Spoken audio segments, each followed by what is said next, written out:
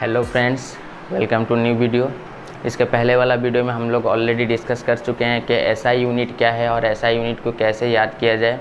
अगर वो वाला वीडियो नहीं देखे हैं, लिंक डिस्क्रिप्शन में दिया गया है, जाकर देख सकते हैं और वीडियो को स्किप नहीं करके फुल वीडियो देखें। तो आज के इस वीडियो में हम लोग कवर करेंगे डिराइव्ड यूनिट के बारे में, अनसर्टेनिटी इन मेजरमेंट के बारे में, साइंटिफिक नोटेशन और रूल्स फॉर सिग्निफिकेंट फिगर्स। ठीक है, तो सबसे पहले हम लोग देखते हैं डिराइव्ड यूनिट। तो डिराइव्ड यूनिट होता क्या है? तो हम लोग ऑलरेडी पढ़े हैं कि एसआई यूनिट जो कि 7 बेस फंडामेंटल यूनिट, उसको छोड़कर और भी बहुत सारा यूनिट है जिसको हम लोग क्या करते हैं, डिराइव करते हैं। कहाँ से करते हैं? एसआई यूनिट से करते हैं। ठीक है, तो अब हम लोग का माइंड में ये क्वेश्चन आ रहा होगा कि ये जो एसआई यूनिट है और जो डिराइव्ड यूनिट है, ये सब डिसाइड कौन करता है? डिफरेंट कंट्री में क्या होता है, हर एक इंस्टीट्यूट होता है जिसको बोलते हैं मेट्रोलॉजिकल इंस्टीट्यूट। ठीक है, तो वो लोग डिसाइड करते हैं कि किसका यूनिट क्या होना चाहिए। समझ में आया? जैसे कि हम लोग का इंडिया में क्या है, नेशनल फिजिकल लेबोरेटरी जो कि न्यू दिल्ली में है, वो डिसाइड करता है कि कैसे यूनिट को 7 बेस यूनिट से हम लोग को डिराइव करना चाहिए। ठीक है, जैसे कि एग्जाम्पल हम लोग डिराइव्ड यूनिट को एग्जाम्पल के माध्यम से समझ सकते हैं। जैसे कि मान लो हम लोग वॉल्यूम ले रहे हैं, तो वॉल्यूम का तो एसआई यूनिट हम लोग को पता नहीं है। अब वॉल्यूम को क्या करेंगे, एसआई यूनिट से हम लोग को क्या करना पड़ेगा, डिराइव करना पड़ेगा। ठीक है, तो वॉल्यूम किसका निकलता है? जितना भी हम लोग क्यूब सब्सटेंसेस रहता है या 3 डायमेंशनल सब्सटेंसेस रहता है, उसका क्या करते हैं, हम लोग वॉल्यूम निकालते हैं। जैसे कि मान लो कि एक रूम है, तो उस रूम का अगर हम लोग वॉल्यूम अगर देखा जाए तो क्या होगा, length into width into height. तो मान लो कि जैसे कि मैं एक क्यूब ले रहा हूँ,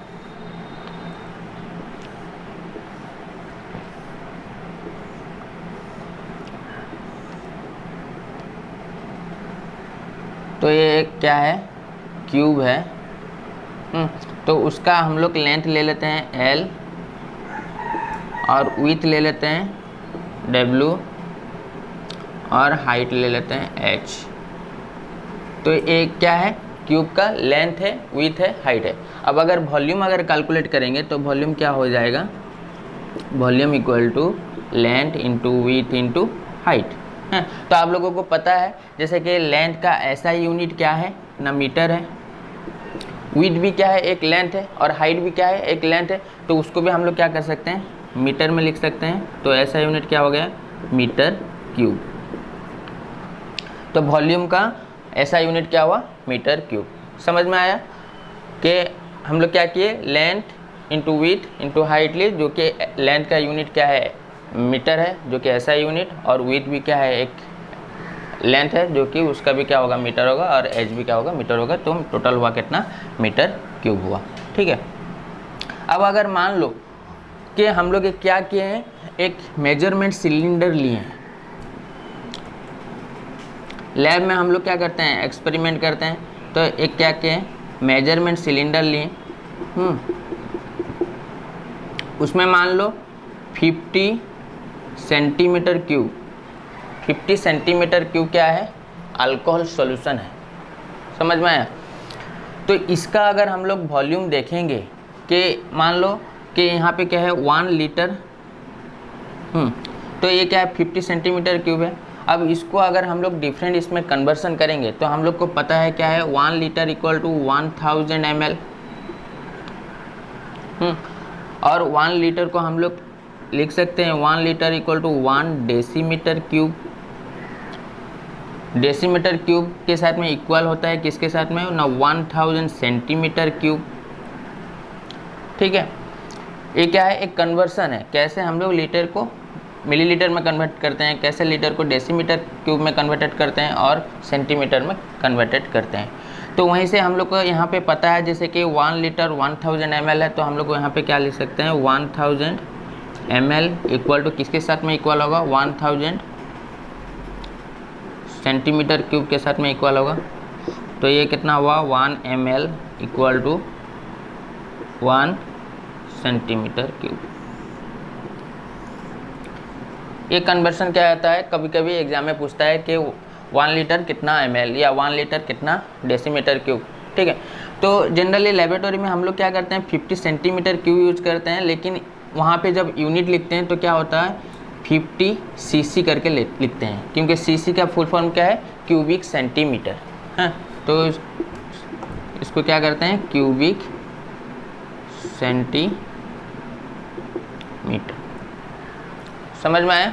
तो सीसी वहाँ पे यूज होता है, ठीक है। तो वो क्या है एक मेजरिंग सिलेंडर का क्या है वॉल्यूम है। तो इतना समझ में आया वॉल्यूम के बारे में, तो आप स्क्रीनशॉट ले सकते हैं। नेक्स्ट हम लोग अदर डिराइव्ड यूनिट के बारे में डिस्कस करेंगे। तो ओके, और एक यूनिट को हम लोग डिराइव करते हैं, जैसे कि मान लो डेंसिटी। तो डेंसिटी का फॉर्मूला हम लोग को पता है क्या है ना, मास पर वॉल्यूम, मास पर वॉल्यूम। मास का ऐसा यूनिट क्या है केजी है, और वॉल्यूम का ऐसा यूनिट क्या है मीटर क्यूब है। तो डेंसिटी का ऐसा यूनिट क्या हुआ किलोग्राम पर मीटर क्यूब, ठीक है। अब नेक्स्ट हम लोग बात करेंगे सेकंड, जो कि अनसर्टेनिटी इन मेजरमेंट, ठीक है। अनसर्टेनिटी इन मेजरमेंट। तो ये अनसर्टेनिटी इन मेजरमेंट होता क्या है, हम लोग लैब में जितना भी एक्सपेरिमेंट करते हैं, ठीक है, तो उस सब का वैल्यू क्या होता है कभी एक्यूरेट नहीं आता है। हम लोग क्या करते हैं उसका प्रिसिशन वैल्यू भी लेते हैं। मान लो अगर हम लोग एक मेजरिंग सिलेंडर में अल्कोहल लिए 5 ml का, तो उसको ट्रांसफ़र किए किसके अंदर में कॉनिकल फ्लास्क के अंदर में ट्रांसफ़र किए, तो क्या हम लोग अगर वहाँ पे जाकर वेट अगर जब तक कैलकुलेट करेंगे तो क्या वो 5 ml फुल्ली ट्रांसफ़र हुआ या उसमें कुछ कम अमाउंट रहा। क्योंकि ये भी हो सकता है कि वैल्यू क्या हो सकता है कम हो सकता है। क्यों कम हो सकता है, क्योंकि यहाँ पे जितना हम लोग 5 ml लिए जब ट्रांसफ़र करेंगे तो कुछ अमाउंट क्या होगा मेजरिंग सिलेंडर में लगा हुआ होगा, या कुछ अमाउंट क्या होगा नीचे गिर गया होगा। तो उसको हम लोग क्या करते हैं वहीं पे क्या होता है मेजरमेंट में क्या होता है अनसर्टेनिटी देखने को मिलता है, मतलब कि कुछ सर्टेनिटी वैल्यू नहीं होता है। जैसे कि ये जो अनसर्टेनिटी इन मेजरमेंट हम लोग जो कैलकुलेट करते हैं जनरली मेथड में हम लोग देखते हैं, जैसे कि एक होता है एक्यूरेसी और दूसरा होता है आपका प्रिसिशन। एक वैल्यू लेते हैं क्या एक्यूरेसी और दूसरा हुआ आपका प्रिसिशन। प्रिसिशन वैल्यू और होता है दूसरा आपका ये फर्स्ट होता है क्या एक्यूरेसी वैल्यू, ठीक है। तो ये एक्यूरेसी क्या है और प्रिसिशन क्या है ये समझेंगे पहले। जैसे कि कोई भी जितना भी वैल्यू निकला उसका अगर क्लोज वैल्यू लेंगे तो उसको हम लोग क्या करेंगे प्रिसिशन बोलते हैं। और एक्यूरेसी क्या है, मान लो कोई एक चीज़ को मेजर कर रहे हैं उसका वैल्यू आना चाहिए मान लो कि 5, ठीक है, तो वैल्यू आना चाहिए कितना 5, लेकिन हम लोग का रिजल्ट निकला कितना 4.7। तो ये 4.7 और ये 5 ये क्या है एक्यूरेट नहीं है, समझ में आया। तो प्रिसिशन क्या है, जैसे कि हम लोग एग्जाम्पल ले रहे हैं 1.56, एक ऑब्जर्वेशन के 1.56 निकला और दूसरे में क्या निकला 1.55 निकला। तो ये क्या है 1.56 और 1.55 ये क्या है आपस में क्या है क्लोज है, जो कि इसको हम लोग क्या कर सकते हैं प्रिसिशन वैल्यू ले सकते हैं। अब एक्यूरेसी की वैल्यू देखेंगे तो मान लो कि उसका वैल्यू क्या होना चाहिए, ट्रू वैल्यू क्या होना चाहिए 5 आना चाहिए, लेकिन हम लोग जब मेजर किए तो वहाँ पे क्या आया ना 4.8 आया। तो 4.8 is not accurate with the value of 5। तो 4.8 5 के साथ में क्या होगा एक्यूरेट नहीं होगा। तो ये जो अनसर्टेनिटी इन मेजरमेंट जो कि हम लोग एक्यूरेसी और प्रिसिशन से समझ में आया।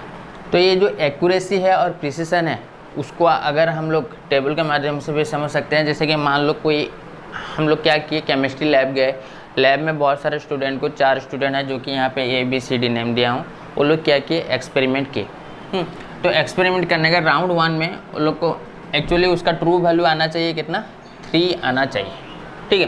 तो राउंड 1 में देखा गया कि A नेम का जो स्टूडेंट है वो कितना रिजल्ट निकला उसका 2.80, फिर राउंड 2 में उसका 3 निकला, मीन वैल्यू कितना हुआ 2.9। तो आप देखेंगे कि वो प्रिसाइज हो रहा है या एक्यूरेसी हो रहा है उसके बारे में हम लोग देखेंगे। तो यहाँ पे देखो कि 2.80 है, सेकेंड राउंड में क्या निकला 3 निकला, और उसका मीन कैसे निकलता है दोनों को हम लोग क्या किया ऐड कर दिए और डिवाइड कर दिए 2 से, तो 2.9 निकला। तो ये 2.9 है, यहाँ पे 2.80 और 3 ये क्या हो रहा है बहुत सारा डिफरेंस देखने को मिल रहा है। तो ये क्या प्रिसाइज है? नहीं है। तो इसलिए हम लोग वहाँ पे क्या नो लिखे। और इज एक्यूरेसी 2.93 के साथ में क्या हो रहा है? इक्वल नहीं हो रहा है, एक्यूरेट वैल्यू नहीं निकल रहा है, तो वो भी क्या होगा? No accuracy. अब सेकंड स्टूडेंट का अगर देखेंगे कि बी नेम का जो स्टूडेंट है वो क्या है 2.91 है, पहला रिजल्ट में निकला और पहला ऑब्जर्वेशन में निकला, और फिर सेकंड ऑब्जर्वेशन में क्या निकला? सेकंड राउंड में 2.90 निकला। तो ये 91 और 90 इसमें कितना डिफरेंट है?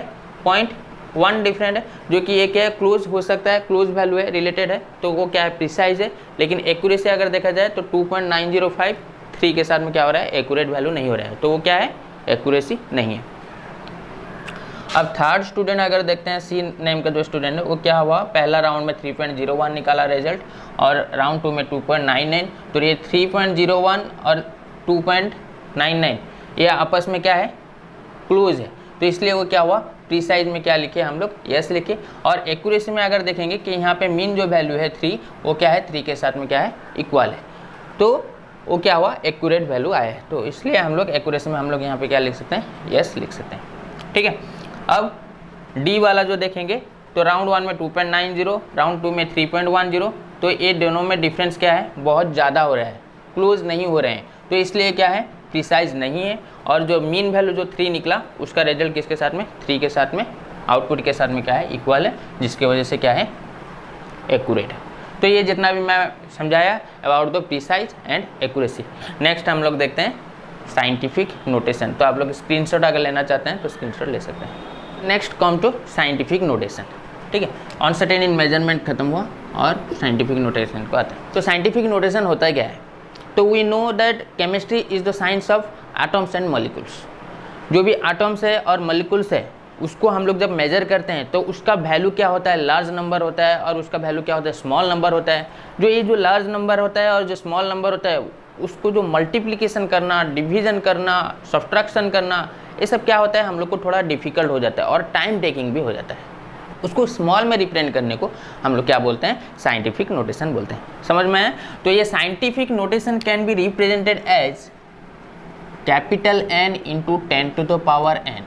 अब ये n क्या है और ये स्मॉल n क्या है और कैपिटल N क्या है? तो कैपिटल N क्या है? It is the number between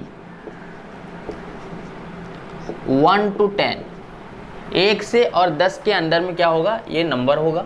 और n जो है वो क्या है? एन एक्सपोनेंट हैविंग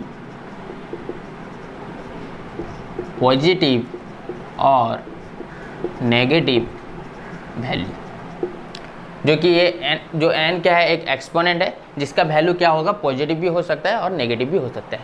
तो इसको हम लोग एग्जाम्पल के माध्यम से हम लोग समझ सकते हैं। जैसे कि एक मैं लार्ज नंबर लूँगा और स्मॉल नंबर लूँगा, तो उससे हम लोग कैसे साइंटिफिक नोटेशन का यूज होता है उससे हम लोग देख सकते हैं। जैसे कि हम लोग एक लार्ज नंबर लिए 60220000000000000000000, तो इतना सारा क्या है? लार्ज नंबर है। ठीक है, तो ये लार्ज नंबर को हम लोग अगर मल्टीप्लाई करेंगे उसी के साथ में, क्या हम लोग मल्टीप्लाई कर पाएंगे? थोड़ा टाइम लगेगा, बहुत सारा डिफ़िकल्ट फेस करने को मिलेगा। तो इसलिए हम लोग क्या करते हैं? साइंटिफिक नोटेशन का यूज करते हैं। तो देखो यहाँ पे हम लोग देखेंगे तो यहाँ पे डेसिमल पॉइंट कितना है? कहाँ पे है? लास्ट में है।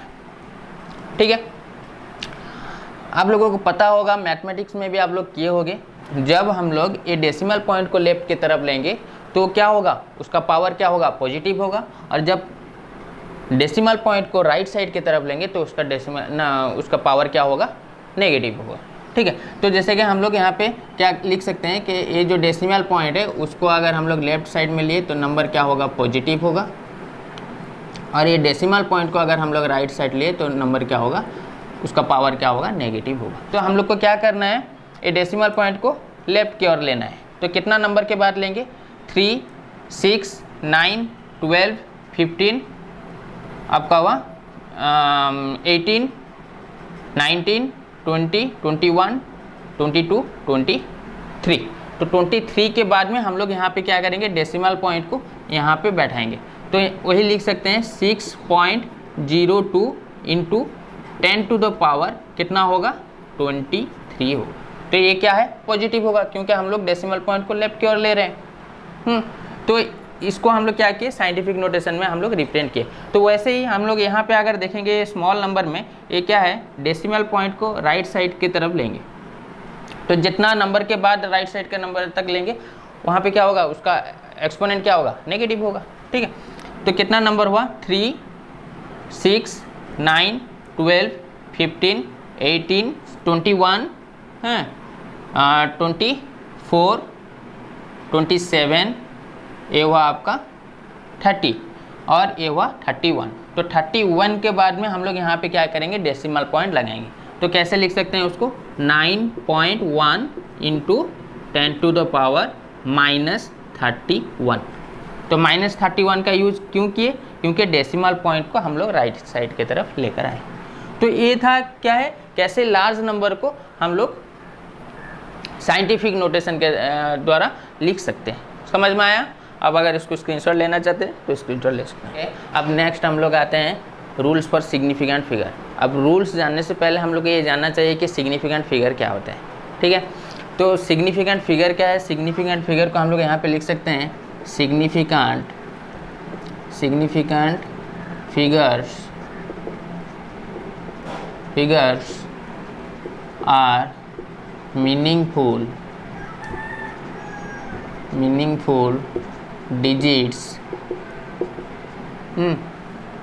which are known with certainty plus 1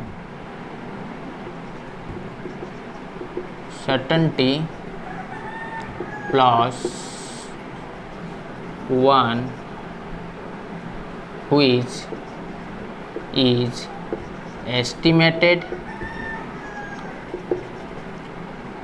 और क्या है, अनसर्टेनिटी। तो सिग्निफिकेंट फिगर क्या है, significant figures are meaningful digit. ये क्या है, एक मीनिंगफुल डिजिट है जो कि which are known with certainty plus 1। मतलब कि कोई भी अगर डिजिट को अगर हम लोग क्या लिखेंगे, उसको क्या है, वो क्या है, अनसर्टेनिटी में है। एक आयरन रॉड लिया हूँ, आयरन रॉड का लेंथ कितना है, 12.6729 सेंटीमीटर है। ठीक है, तो यहाँ पे अगर हम लोग देखेंगे कि ये जो 12 है, अगर लेंथ अगर देखेंगे 12 सेंटीमीटर तो श्योर है, और 6, 7 भी, 2 भी क्या है, श्योर है। लेकिन हम लोग यहाँ पे क्या है, 9 का पता नहीं कर सकते। ये क्या है, मीनिंगफुल डिजिट है, ये भी क्या है, एक मीनिंगफुल डिजिट है, और इसको हम लोग क्या कर सकते हैं, सिग्निफिकेंट फिगर में ले सकते हैं। लेकिन यहाँ पे अगर मैं 9 की बात करूँगा तो 9 क्या हो रहा है, बहुत छोटा हो जा रहा है। तो इसको मैं क्या करूँगा, सिग्निफिकेंट फिगर में नहीं ले पाऊँगा। क्यों नहीं ले पाऊँगा, क्योंकि ये हो भी सकता है और नहीं भी हो सकता है।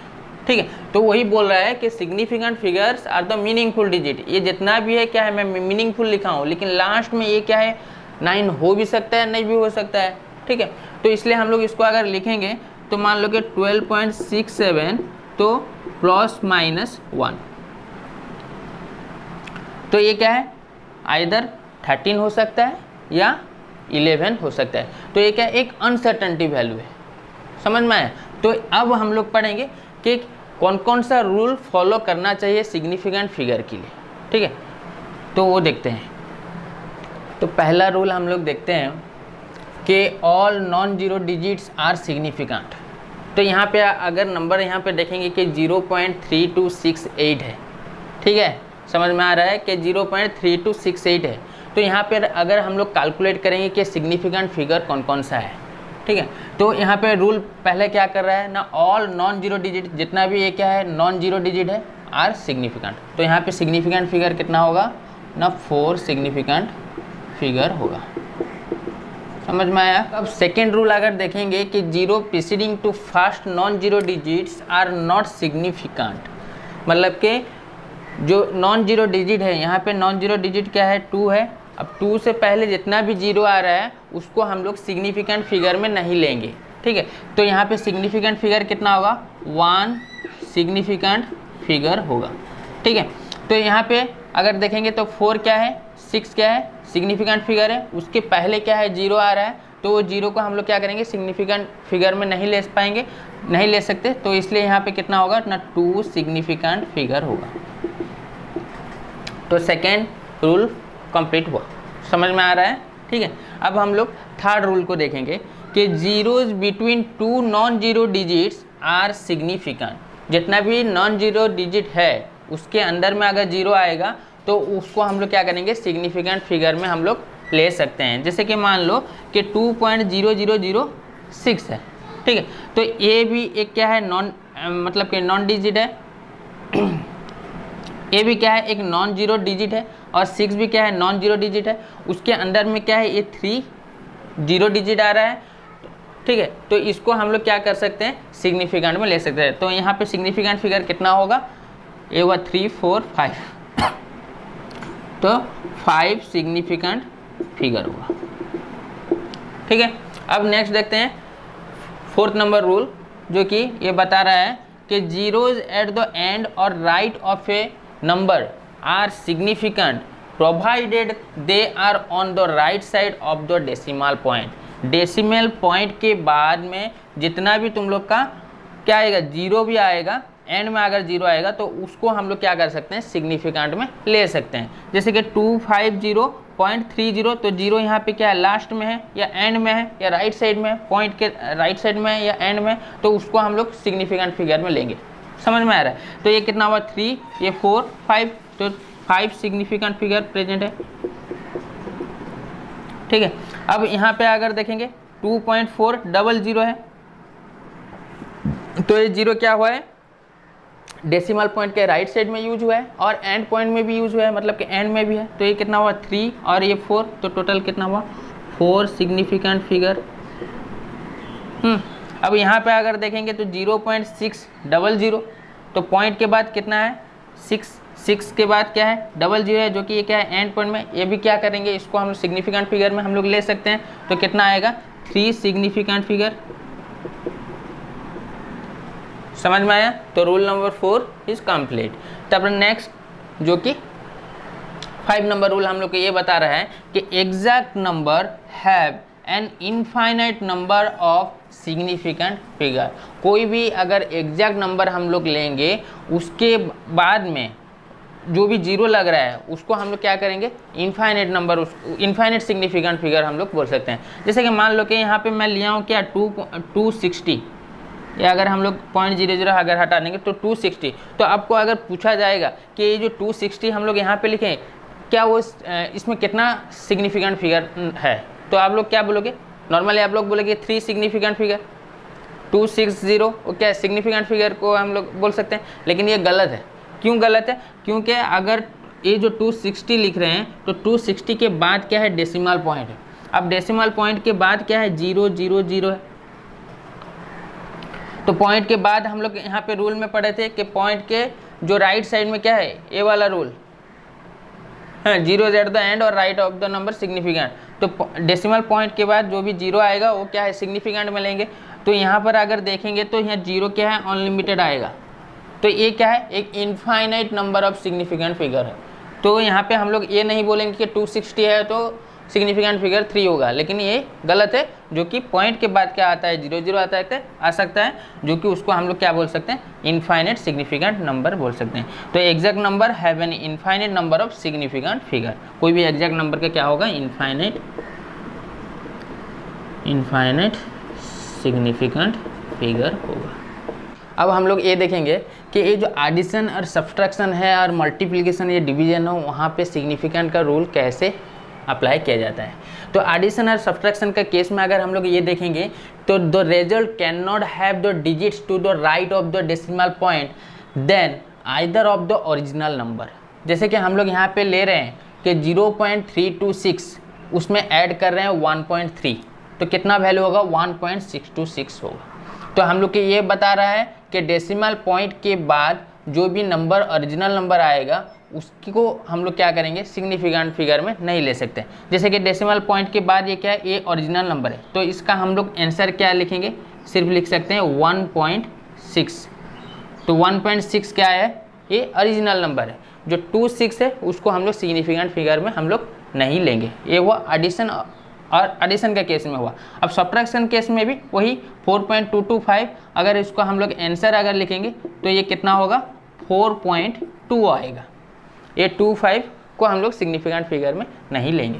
तो the result cannot have the digit to the right of the decimal point than either of the original number. ठीक है, अब मल्टीप्लीकेशन एंड डिवीजन केस में अगर हम लोग ये देखेंगे कि in this operation the result must be reported with no more significant figures as are there in the measurement with the few significant figures. ठीक है, तो अगर हम लोग 0.324 को अगर 1.3 के साथ में क्या करेंगे मल्टीप्लाई करेंगे तो हम लोग का आंसर कितना निकलेगा 0.4212। तो ये क्या है, इसको अगर हम लोग वैल्यू में अगर लेंगे तो यहाँ पे हम लोग देखना पड़ेगा। तो यहाँ पे कितना सिग्निफिकेंट फिगर है ना, 3 सिग्निफिकेंट फिगर है, और यहाँ पे कितना है 2 सिग्निफिकेंट फिगर है। तो ये क्या है अमाउंट, इसका जो सिग्निफिकेंट फिगर क्या है फ्यू है। तो हम लोग क्या करेंगे जो फ्यू रहेगा, यहाँ पे 2 सिग्निफिकेंट फिगर है तो आंसर भी हम लोग यहाँ पे लिखेंगे तो कितना होगा, तो आंसर कितना होगा 0.42 लेंगे, 0.42 लेंगे। क्यों 0.42 लिए, इसलिए लिए क्योंकि यहाँ पे सबसे मिनिमम क्या है या सबसे फ्यू क्या है 2 सिग्निफिकेंट फिगर है। तो इसलिए हम लोग 0 के बाद जो भी लिखेंगे वो क्या होगा 2 सिग्निफिकेंट फिगर वाला आंसर होना चाहिए। समझ में आया। तो these are the rules of the addition and subtraction and multiplication and division for the significant figures. ठीक है, तो फ्रेंड्स आज मैंने जो भी डिस्कस किया उसमें अगर समझने में अगर दिक्कत हो रही है आप लोगों को तो आप लोग कमेंट बॉक्स में कमेंट कर सकते हैं कौन सा चीज़ समझ में नहीं आया, जो कि मैं नेक्स्ट वीडियो में आपको समझा सकूं। और वीडियो स्किप नहीं करके फुल वीडियो देखें, और वीडियो अगर पसंद आई हो आप लोगों को तो लाइक करें, सब्सक्राइब करें एंड शेयर करें। ठीक है, थैंक यू सो मच।